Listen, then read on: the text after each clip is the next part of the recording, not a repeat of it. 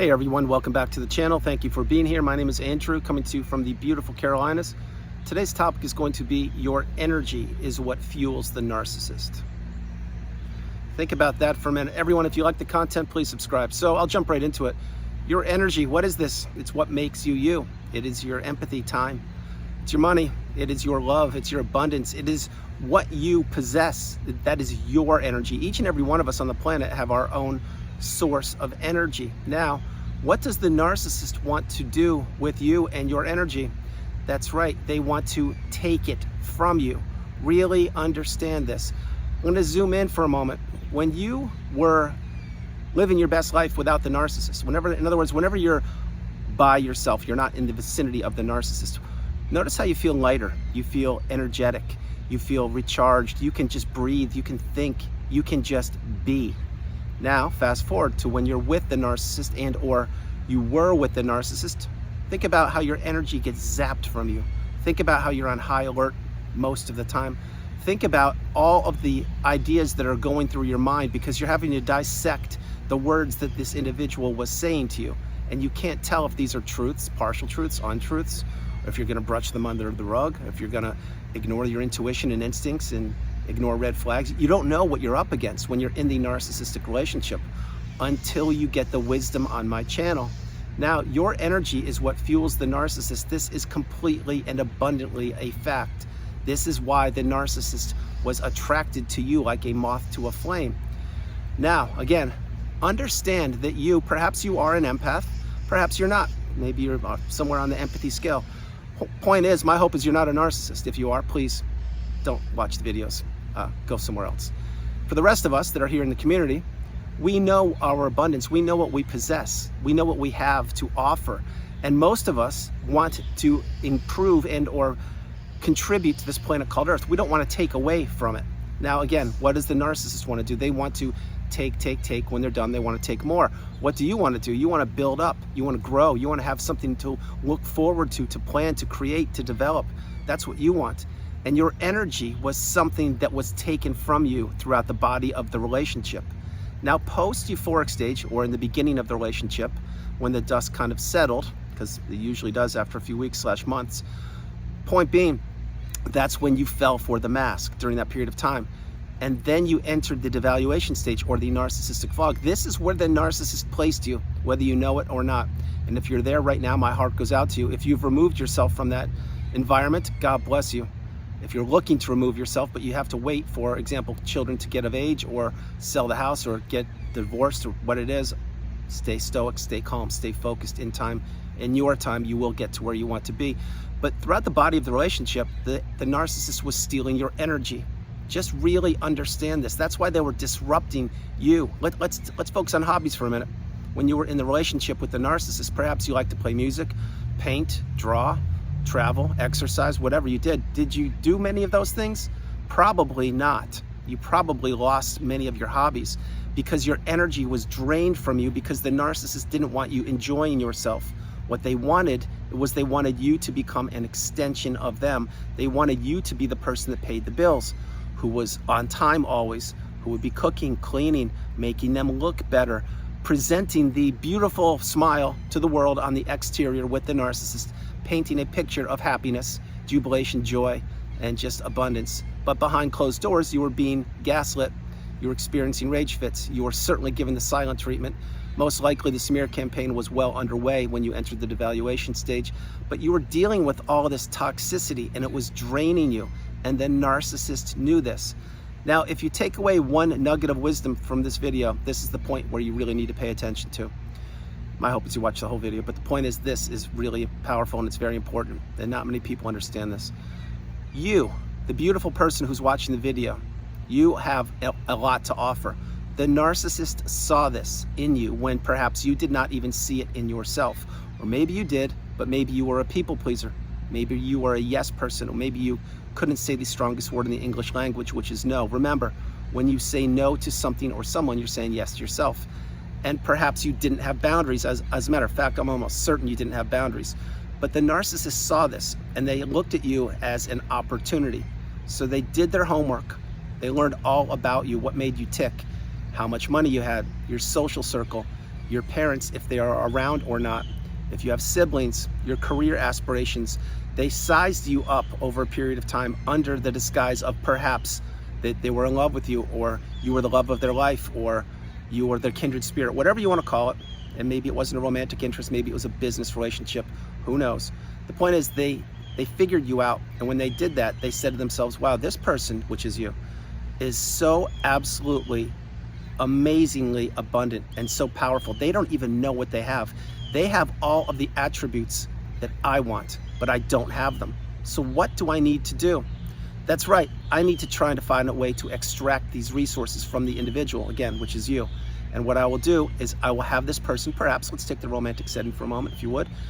I'll have this person fall in love with me, knowing full well that I cannot fall in love with them. I will have this person become attached to me, when, of course, I won't become attached to them, because all I care about is jumping around the globe, getting sources of supply. And you, watching the video, you were one of them at one point, perhaps you still are.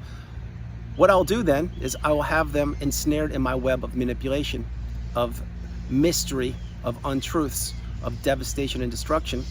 And then I will slowly extract their energy. Think about it. This is exactly what happens. So the narcissist, picture if you will, they are a car and you are a car, and their tank is running low. I'm talking super low. Let's say it's electricity, because that's the direction cars are going in these days. Their electricity is, they barely have enough fuel to drive the next couple miles or kilometers. They saw you and they said, ooh, this car is full.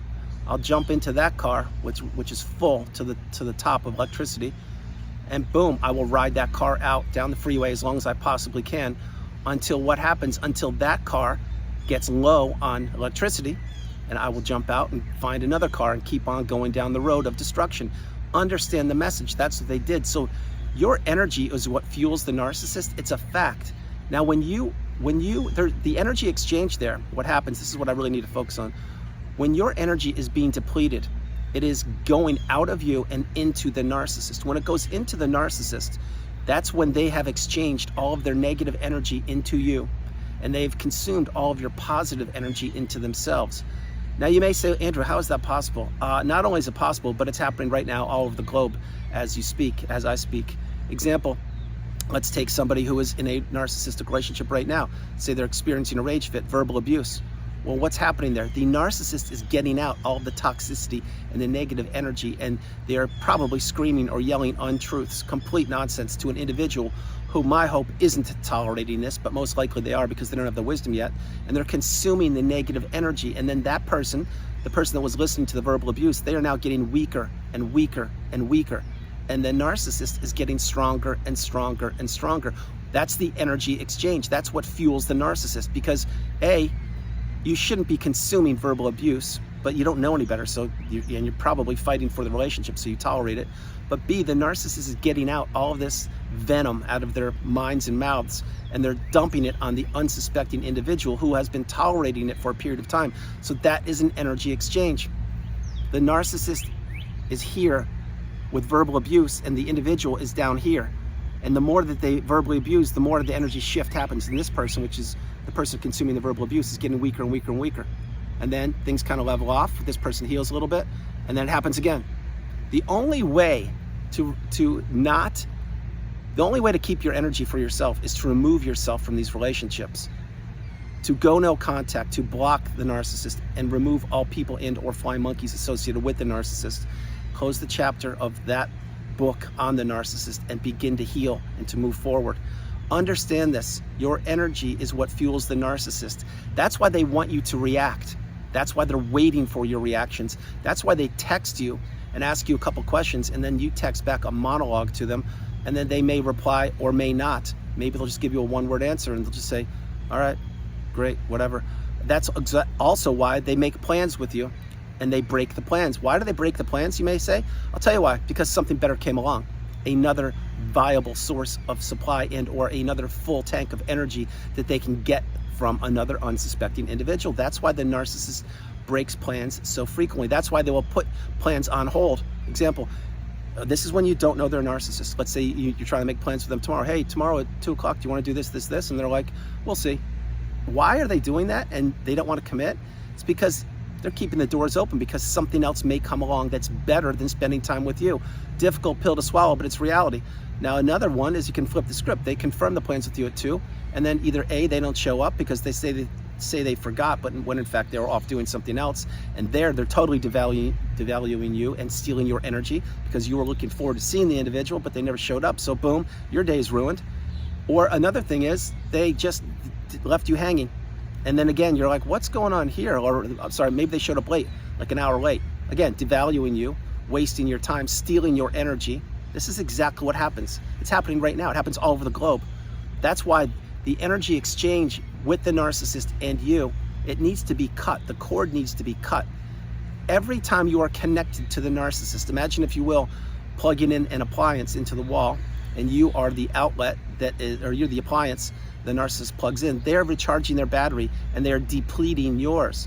This is a fact. So your energy fuels the narcissist. It really does.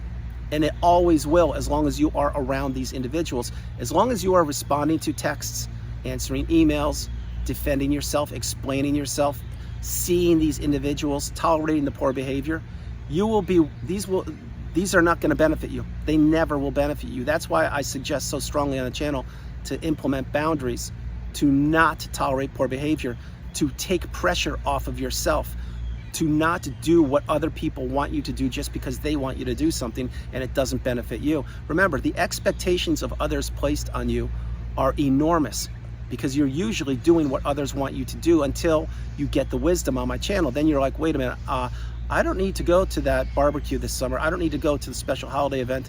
Why? Because every year I go there, I drive 5 or 10 hours to get to the event, the family event, let's say, and I'm not even welcomed properly. I'm not even treated properly. And all people do is talk bad about other people at the event. So why would I want to attend? Think about it. But yet I'm being pressured all year long to attend that event. When these kind of things happen, and these are real life examples, that's when you say to yourself, what is more valuable, my energy and my time, or actually making an appearance at an event that I don't want to even appear at? Think about it. It's the expectations of others that are placed upon you. And until you get the wisdom, you continue to stay in the everyday fog, which is do what everybody wants you to do. Now, understand this. Once you come through the narcissistic abusive cycle and you've risen through the ashes like a phoenix, and you are at the pinnacle of indifference, the mountaintop of indifference, that's when you don't care about the narcissist any longer. You've learned, you've implemented the boundaries, and you've learned the lessons that was a relationship that you had to go through.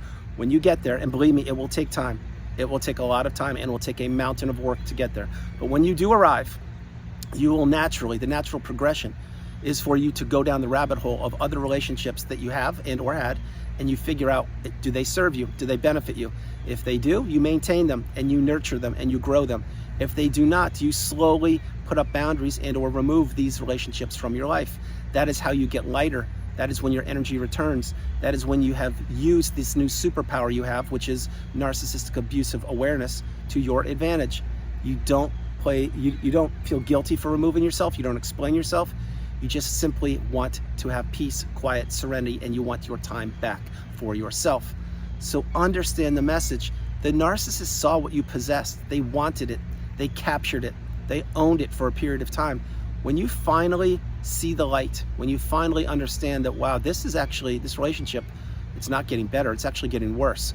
And then the more I give and give and give, the less this person appreciates me, respects me, wants to be anywhere near me. All they want to do is take what I offer them. Perhaps it was your money or your energy, your time, your ability to be a parent, your ability to raise kids. Who knows? Maybe it was a business. But the mask is slipping each and every day. From the minute you meet the narcissist until the relationship ends, the mask is slipping. You just didn't see the signs. Even in the euphoric stage, I can assure you, you experienced some strange behavior. You saw it, but you ignored the red flags because possibly you were in love or falling in love, and you're like, oh, that's okay, no big thing. I'll give them a mulligan here, it's no big deal. But no, the mask was slipping. You didn't have the education on narcissism, so you didn't know what to look for. Now you're getting the wisdom on my channel and you're understanding, wow, this stuff is everywhere and I need to learn about it. And again, for those of you newbies on the channel, welcome. God bless you. You're amazing individuals. My hope is you're getting as much value from these videos as possible. For you veterans, please, please help the newbies. Be there for them, support them, share your experiences if you can, if you're strong enough to do so, because you need to pay it forward. That's what I do each and every day, and I suggest you do the same. At one point, you were a newbie. You found that needle in a haystack. You found that one diamond in the rough, and you're like, oh my gosh, that's what this is. And then you went down the rabbit hole and you got educated. You became educated. That's beautiful. That was me also. That is why we need to pay it forward and educate as many people as possible as we can. And understand, each and every one of us are on the healing path, headed in the same direction, simply taking different footsteps. You may be in front of me, you may be beside me, you may be behind me, it doesn't matter. We are all gonna lift each other up and get to that pinnacle of indifference. That's the goal, that's my moonshot, that's the path.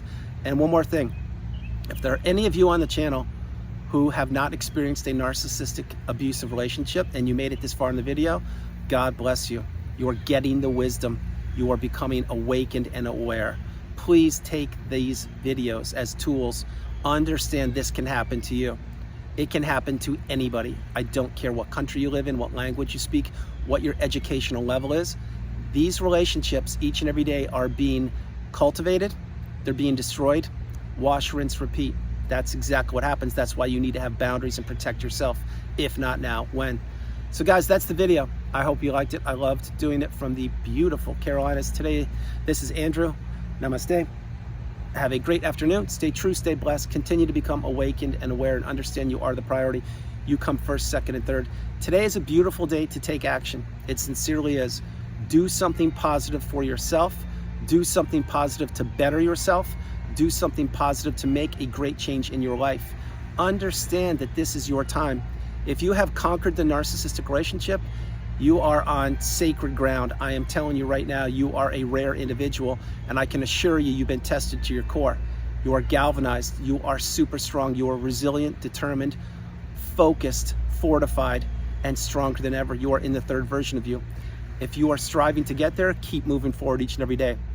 If this is the first video you're ever consuming, God bless you. Stay on the course, stay on the path. Believe in yourself each and every day. You will get stronger, you will improve. Remember, no matter where you are on the planet, you are not alone. God bless you, I love you, and I'll talk to you tomorrow. All right, bye you guys. Oh, and this is sunblock.